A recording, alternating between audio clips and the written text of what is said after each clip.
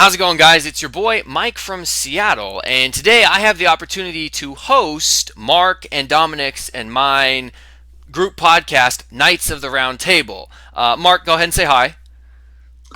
Hello there, everyone, and how you doing, Mike? I'm doing good, and unfortunately, Dominic couldn't be here tonight, so our Knights of the Round Table is down to just two nights of the TV tray dinners table. So hopefully, we get a bigger setup next time. But we do have a really good topic today, and maybe we'll get Dominic's thoughts on it at a later point. But when I was coming up with this idea, I was thinking, why is it that people struggle so hard to get started investing in real estate? One of the things that, and Mark can elaborate on this in a minute here as I set up our topic for the day. One of the things that we struggle with is, it's kind of, we're trying to share the message of how to get started investing. We want people to invest in real estate or invest in stocks or invest in something. And for a lot of people, they have excuses why they can't. But then there's another group of people who appear to be highly motivated. They're excited. They want to invest in real estate. They're reading books. They're watching YouTube videos. They're messaging me or Mark in the comment section or my Facebook messages, my Instagram direct messages. And I'll have conversations with these folks back and forth, sometimes for days, weeks, or months, but they never take action. And some of them I just never hear from again. So today what I wanted to talk about was the difference between motivation and discipline. So Mark, I'm going to ask you, I want you to explain in your own words what the difference is in your mind between being motivated and then being disciplined.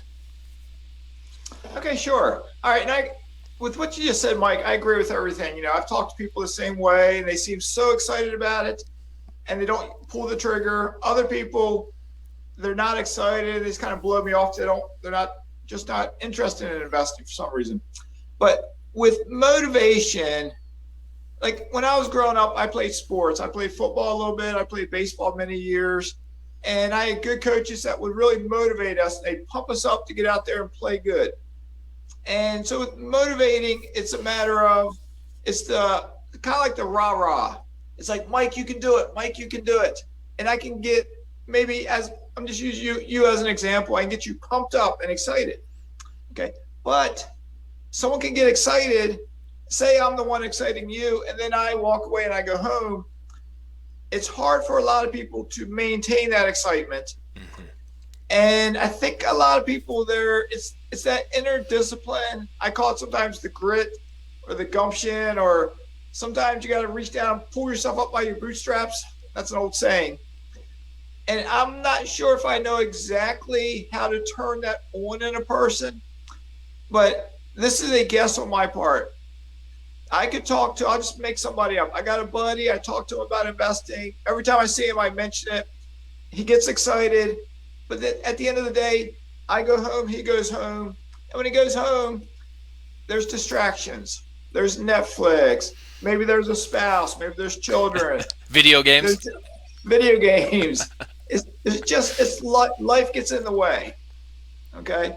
For other people, they just start doing the work. You mentioned that they read books, they study, they look at houses. And I did an interview on my channel the other day with Tyler, and Tyler talked about having analysis paralysis for about a year. Mm-hmm. There's a segment of society who they get excited about it. They start doing the research, the studying, but I think they just get caught up in it, where it's like they're spinning wheels and they just can't pull that trigger for whatever reason. Yeah, no, I agree with you. I think probably there's different things that hold different people back. For some people, it could be fear. Like I mean, I listened to Tyler's interview. I've chatted with him before. I hate to say that he's the type of person who's afraid. I mean, the man's a pilot. He's a service member, but that doesn't mean that he doesn't have a healthy sense of self-preservation and is apprehensive about getting into something that he doesn't fully understand. So I can understand how people may be slow to act, but again, what frustrates me is these people who they're so positive about investing in real estate. They're even to the point where they have even a plan lined out for themselves, and they never take action. It's frustrating. And like you, I don't exactly know how to help someone internally self-motivate themselves. If we had to try to brainstorm here on the fly, how do you think, what would you be giving the advice to your two kids? You have two very successful sons. At some point, the success you had in your life in the military as a police officer, developing these programs to help people, who were ending up in jail learn how to read and teach new kids how to read and things like this. How did you transition your motivation and discipline into your kids successfully? Well, with my kids, there's a couple different things, and I want to talk a little bit about what I said to my kids, and a little bit about what has gone on up in here. Okay, and before I started talking to my kids, when they were really young, I had that fear up here of what if I can't pay my mortgage? What if I can't support my family? That fear motivated me to not just go to work. It motivated me to work overtime as much as I could to help alleviate that fear. At the same time, I was a brand new police officer. I looked 20 years in the future and saw what my pension could be. And I was like, I can't live on that pension. It scared me. I was like, if I don't save any money, I can't live on that pension. So that fear, and it's not like I was scared where I'm shaking, but it's that inner fear that, to use the word, motivated me to become disciplined, to learn how to invest, because for myself, I learned as a young guy, no one's going to do it for me. And that's in regards to everything. Yes, I had a mom and dad when I was younger. Yes, but then I joined the Navy. But I learned if I wanted something done, I had to do it myself. I couldn't always depend on someone else. I had to learn how to do it myself. But then when I had kids, it was that fear of like, what if I can't be a good dad? What if I can't support them financially? So as they got a little bit older, and when I say older, I remember talking to my oldest son when he was in second grade. He was a good kid. He did well in kindergarten, first grade, second grade. And I remember talking to him. His name's Zach. I was like, Zach, you're going to go to college when you get older. When you graduate high school, you're going to go to college. But mom and dad don't have a lot of money. So this is what we need you to do. We need you to do your best academically with all your classes. We need you to do extra stuff. We need you to volunteer. We need you to do so well that you will get a free, full ride to college, get a scholarship. And then I used to tell him, and guess what, Zach? I was in the Navy and I was enlisted. You were born when I was in the Navy. And this is a piece of advice I'll give you, Zach. Do not be enlisted. Become an officer. To be an officer, you again got to do the best you can do through all your years of schooling to get to that point. Okay, so to fast forward he's in second grade when I'm talking to him about this. Fast forward, he's in junior high or in high school. By that time, I was having success in the stock market, and I would start talking to him about stocks I owned. I might mention owning stock in Disney, and he knew what Disney was, or Disney movies, or maybe we'd be traveling and we stop at a Starbucks, and I would say, Zach, I'm getting my coffee from Starbucks because I own stock in Starbucks. And that just helped plant a seed in regards to stock investing. And that just carried over when the day came when I bought my first rental property. That just carried over where I talked to them about that, and they both got excited about it. So if I had to summarize what you're saying, really what it sounds like is from the time that your kids were a young age, you were just constantly planting the seed in their mind, explaining what you're doing, talking to your kids about it, telling them to follow good things that you did, but also do better than you. Don't be enlisted. Instead, become an officer. Do it better than you did. And the definition for discipline that I just read: to train or develop by instruction. You're instructing your kids, and exercise, especially in self-control. You're teaching your kids in a routine way on a frequent basis. Hey, make good choices. Be smart. And so your kids were lucky. They had you not only motivating them, but I guess teaching them discipline. That's kind of really only a role that like a parent has for their kids, or maybe a coach has for their team when you go to training.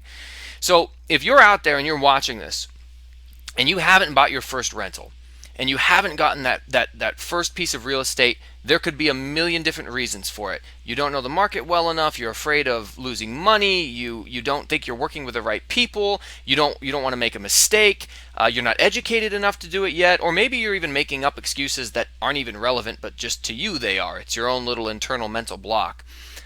My advice to you, and it sounds like Mark's advice to you, would be you have to figure out how to discipline yourself. Take that motivation, that reason why you want to be financially free, that reason why you want to get that rental, but now do something real with it, whether that be studying, networking with other people, getting your questions answered, reaching out to me, to Mark on our channels, but do it consistently and don't fall off the bandwagon even if it's hard. Mark just interviewed a mutual friend of ours, Tyler, on his channel, and Tyler talked about having analysis paralysis for a year, an entire year. And he could have gone one way or the other. A lot of people in that position, they just quit. But now he has 5 rentals, and he picked up all 5 of them last year. Wasn't that right, Mark? 5 of them in 2021? That's correct. He got 5 in 2021. That's a success story right there, and that could be you as well. So that's my advice. Mark, I'll give you the last word. Go ahead and let them know what you think. Sure. Well, I think you just gave some great advice, Mike. And, I'm just trying to sit here and think of what I could say to help not just motivate someone, but that discipline. So I encourage everyone, look at where you work at, look at your job, think about your paycheck. Are you struggling to live on your paycheck? If you're struggling to live on it, let's fast forward in life till you're my age. I'm 54. Let's fast forward till you're 60 or 65. If your retirement is a fraction of your paycheck, and you're struggling to live on your paycheck, how can you live on your retirement? Right. So take that step today. You're watching this. If you watch this video, which you are watching it to hear this, do whatever it takes for yourself to move forward. I was asked a question. I did an interview the other day with a young man. He's calling himself a newbie. He hasn't bought his first rental property yet. He's 23 years old, and he's extremely excited to buy it. He asked me, when you bought your first rental, did you run the numbers? And I basically said, no. I kind of did, but I didn't know how to run them. I had never studied real estate. I didn't watch YouTube. I didn't read any books. I just jumped into it, and I bought a rental house. And I struggled. I evicted my first tenant. It stressed me out, but I kept with it, and things got better. So I'm not telling anyone out there to copy me. I'm not telling anyone just to jump in and buy a rental property. But if you're sitting back and you're spinning your wheels, you're kind of stuck, you're running the numbers, and they're just not good enough. Maybe you've heard me say I've gotten 18% return cash from cash or 25% return cash from cash. But you run the numbers, maybe you're getting 10% cash from cash. Well, you got to pull the trigger sometime. 10% is better than the bank. Right. So I'd encourage you to go for it. Yeah. And one last thing here before we hightail it out of here. Mark has an uncanny ability for actually doing a good job at getting other people past motivation and into discipline. When Mark and I met each other, I had my first duplex. And Mark probably talked to me for a year, messaging me, checking in on me, asking what my plans were, helping me stay on the path. And now I have 6 rental properties, and they're in the same market that Mark buys his, and I use the same people that Mark uses to manage them.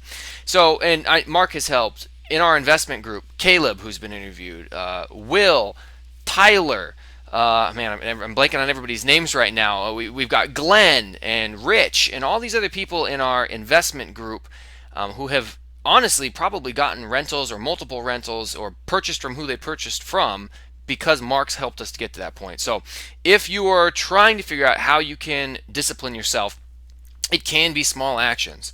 For the person who just starts out going to the gym, they don't have to go to the gym and bench press, deadlift, and squat every single day. It might just be getting through the doors, walking around the track, and lifting some weights.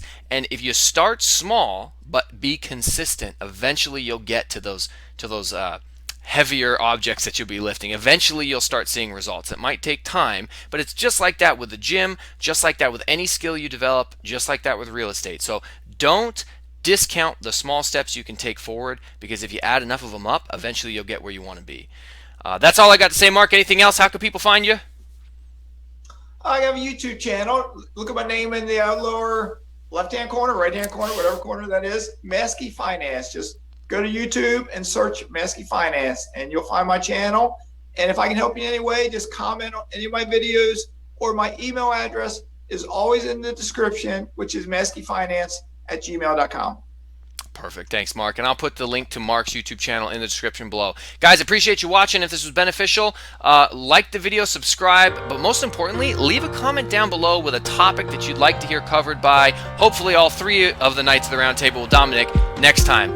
We'll catch you later.